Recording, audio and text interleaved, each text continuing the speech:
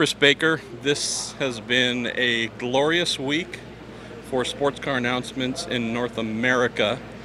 Michelin, company that I think many of us who enjoyed the American Le Mans series watch 24 Hours Le Mans each year, WEC. We know the power and quality of this brand. Tell me about the decision to come in with IMSA as its official supplier for all WeatherTech championship classes and more starting in 2019. Marshall, I'll tell you, we are, to say that we're excited about the privilege, we're humbled by the magnitude of the task, would be the understatement of the world. The fact of the matter is that this is a project that's been close to 40 months in the making. Wow. A lot of folks, of course, wouldn't know that. We actually began thinking about what could be along about the time of the merger between Grand Am and American Le Mans Series.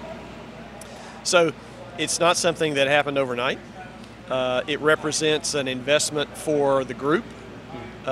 Group Michelin doesn't take these sorts of long-term arrangements lightly, and it's a work of a coalition of several business units within Group Michelin. Our original equipment business unit, our replacement market business unit, and the motorsports business unit. So it's one of those situations where everyone has skin in the game and everyone is fully vested. So we're going to have an interesting dynamic in 2019 when Michelin does become the official tire supplier, in that I'd say half, if not more than half, of the paddock comes from Grand Am and has never been on your tires. And the others coming from the American Le Mans Series will know this brand, will know its product. What's the next 18 months or so like for you and your team to meet with those who don't know your product, those who do, and what kind of feedback have you gotten from this announcement? So the first thing I'd say is that we're taking nothing for granted. We know that there are folks in this paddock who don't know us, and we don't know them. So, of course, for those who might have some doubts or have some concerns, we're gonna make a strong appeal to them. We're going to try to educate them about our products as quickly as we can. We're working with IMSA right now on a very comprehensive test program that will bring those who have not yet had the opportunity to run on Michelin in racing up to speed, or give them the opportunity to see the portfolio offer products. I would say at this point, to be completely honest, the feedback has been universally positive.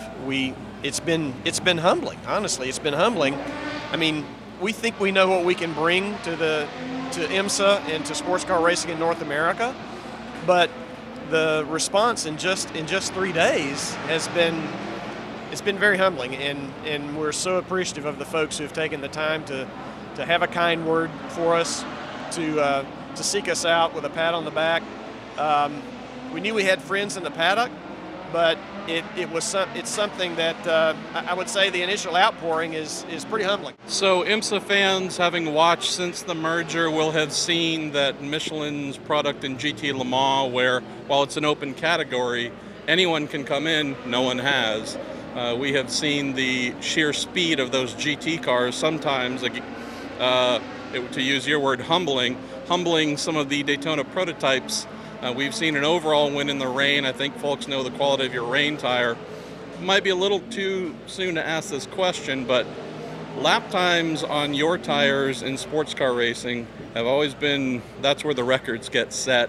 Have you had any preliminary talks with IMSA about stay where we're at lap time wise if you could, or would it be okay if it go faster? Have you had those discussions, and if not, how do you enter into those? So we are actually having discussions more along the lines of how do we maintain reasonable and appropriate gaps between classes. Everybody seems to think that cars going faster within reason is a good idea. I think most would agree, yes. So we're aligned on that. Of course, in our testing, we'll see what kind of magnitude difference we actually wind up with.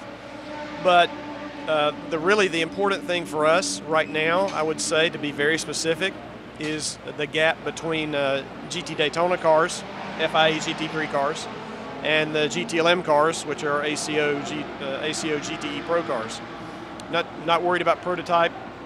Helping IMSA manage the gap between GTLM and GTD is probably the first work at hand. Last question for you, and it might be the most important so far. Where do I apply to get a job as bib? And do you think I would either A, have to get into the suit or just wear white pants and a white shirt? Well, first of all, you're a svelte, athletic, suave kind of guy, so that makes you perfect for bib. We do have some suits that are, they don't have the normal inflator in them. They're just air-cooled. We could perhaps offer you that. I'd like to get with a few other folks and talk about the possibility, but we'll get back to you. If nothing else, he's willing to lie and make me feel better than he should. Chris Baker, thanks so much, brother. You're welcome, sir.